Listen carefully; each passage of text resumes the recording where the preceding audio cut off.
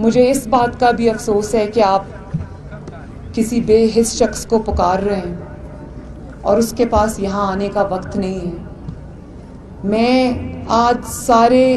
سیاسی اختلافات بھلا کر یہ کہنا چاہتی ہوں کہ خدارا آؤ، ریاست کا کام ہے اپنے لوگوں کو تحفظ دینا، اور اسپیشلی ان لوگوں کو، خاص طور پر ان لوگوں کو تحفظ دینا جو انڈر اٹیک ہیں، جو زیادہ ولنریبل ہیں، جن کی حفاظت آپ کی ذمہ داری ہے، جن کا تحفظ ریاست کی ذمہ داری ہے۔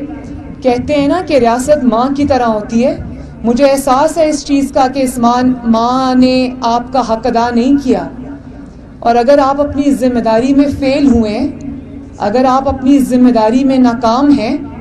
اور یہ حادثہ پھر سے پیش آ گیا ہے، تو آپ ہمت کریں اور چل کر آئیں اور ان کی داد رسی کریں۔ میں عمران خان صاحب کو یہ کہنا چاہتی ہوں کہ یہ لاشیں رکھ کے آپ کے منتظر ہیں۔ آپ اپنے کیا یہ ان کی جو تکالیف ہیں، ان کی جو لاشیں ہیں، اس سے کیا آپ کی ایگو بڑی ہے؟ اور پھر آپ یہ کہتے ہیں کہ اس پر سیاست نہ کی جائے۔ ہم بالکل اس پر سیاست نہیں کرتے، لیکن اگر آپ یہ سمجھتے ہیں کہ آپ کی ناکامی اور آپ کی بے حسی کو آپ سیاست کہہ کر ٹال دیں گے تو یہ ہم ہونے نہیں دیں گے۔ گڈ یہ ہم ہونے نہیں دیں گے۔ آپ کو یہاں آنا پڑے گا، ان کے سروں پر ہاتھ رکھنا پڑے گا، تاکہ یہ جو 5-6 دن سے کھلے آسمان کے نیچے